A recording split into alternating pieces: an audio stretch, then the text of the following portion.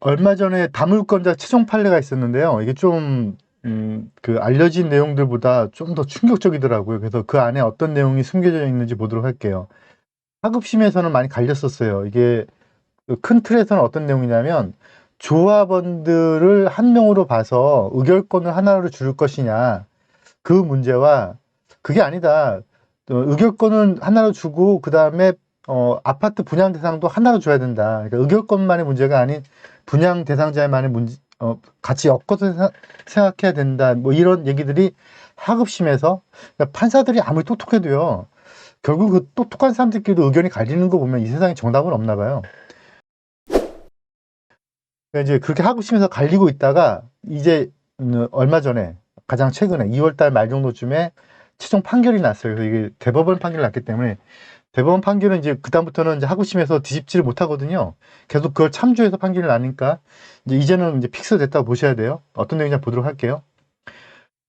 부산의 온천 사구역, 제가 그 부산의 그 온천장 근처에 가서 참 많이 재밌게 놀다 온 기억이 있는데 그 현장인데 거기 이제 재개발 지역에 아파트를 여러 개 달라 아파트 수 분양권 확인 등에 대한 소송에서 이거를 이제 기각을 하고 원고가 이제 모든 걸 다 패소한 완벽하게 패소했더라고요. 그래서 보통 이제 1심, 2심, 3심 제도인데 1심의 판결, 2심의 판결 뭐 이렇게 엇갈리기도 하다가 3심에 가서 이제 3심은 어떤 판결을 내린다기보다 그 전 판결, 고등법원의 판결이 정당하냐 아니냐, 이 법리적 문제가 있냐 없냐만 따지는 거거든요. 그래서 뭐 1점, 2점, 3점 해서 이렇게 각각의 포인트를 두고 그 포인트에서 어떤 문제가 있다 없다를 대법원이 판결해 주는 건데 이번 판결은 그냥 완벽하게 그냥 퍼펙트하게 졌어요. 그래서 뭐 더 이상 논란이 없을 만큼 완벽하게 딱 결정을 내려버렸는데 어떤 내용인지 보도록 하면 우선 첫 번째, 제가 이제 줄쳐 있는 게 약간 좀 흐리긴 하지만 잘 보세요.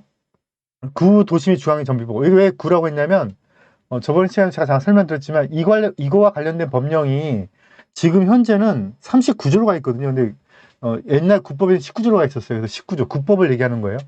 법령명이 바뀐 건 아니고요. 구도정법의 19조에 어떤 내용이 있냐면, 정비사업에서 조합원은 토지 등 소유자로 하되, 그런데 다음 각 호에 하나에 해당하는 때에는 그 여러 명을 수인이 여러 명이라는 뜻이거든요. 여러 명을 한 명의 조합원으로 본다라고 규정하고 있어요. 그래서 이거를 한 명으로 본다라는 뜻은 의결권이 묶인 것이냐 아니면 분양 자격까지 묶인 것이냐의 논쟁이 있었는데 이게 오늘 그 얼마 전에 대법원 판결 난 거를 제가 오늘 설명해 드리는 거죠.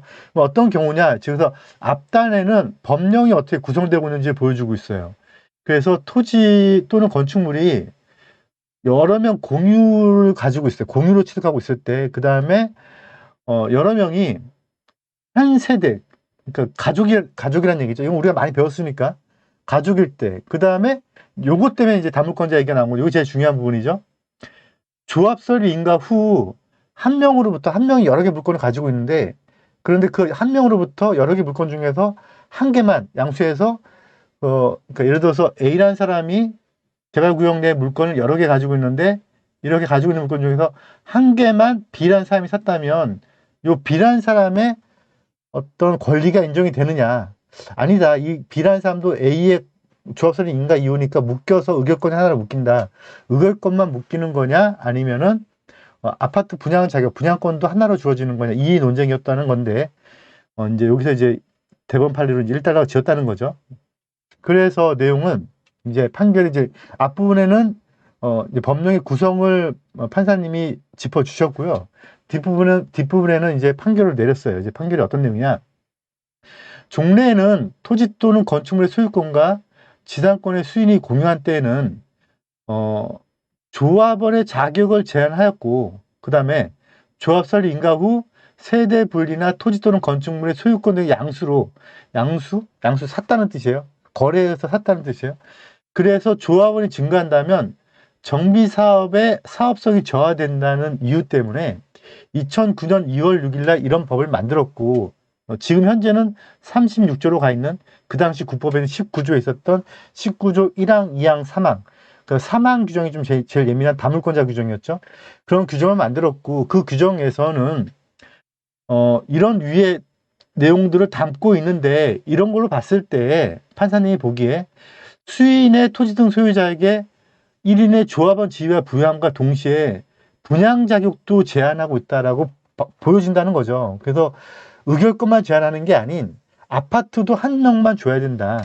그래서 조합 설립 인가 후 한 명이 물건을 여러 개 가지고 있는데 그 구역안 여러 개 가지고 있는데 그걸 중에서 일부분을 한 사람이 양수해서 여러 다물권자가 됐다면 그러면 그거는 그냥 조합원의 지위로서 한 명이고 그리고 분양 대상자 지위로서도 한 명이다. 이제 여기까지는 사실 뭐 하급심 판례가 엇갈리긴 했지만 뭐 광주 판례도 있었고 있었는데 엇갈리긴 했지만 그래도 대법원까지 간다면 이렇게 나올 것이라고 예측은 하고 있었어요. 그런데 뒷부분에 가면 약간 좀 충격이에요. 이건 제가 전혀 예측하지 못한 판결문의 내용이어서. 그래서 이제 뭐 우리가 알고 있는 그 내용 그대로 하급심에서는 엇갈렸지만 그 내용 그대로 13개의 집을 한 명이 가지고 있었나 봐요. 한 명이 가지고 있었는데 그거를 조합설 인가 이후에 12세대와 그 원고, 그러니까 원래 가지고 있던 사람 한 명, 그 다음에 나머지 12명한테 양도를 한 거죠. 그러니까 이제 추정컨대 집합 건물이 이렇게 13세대가 있었을 것 같고요.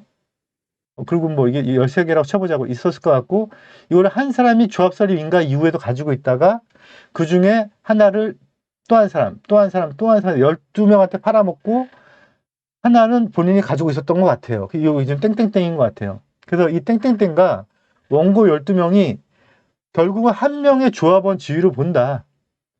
그래서 한 명의 지위로 보는데 그걸로 끝나는 게 아니고 한 명의 분양 대상자의 지위로 본다. 이거는 제가 예전 수업에, 이번 수업 때는 얘기 안 들었는데 예전 수업에 한번 말씀드렸지만 보충 수업 때 예전 2011년인가 12년도에 법제처 유권 해석이 있었어요.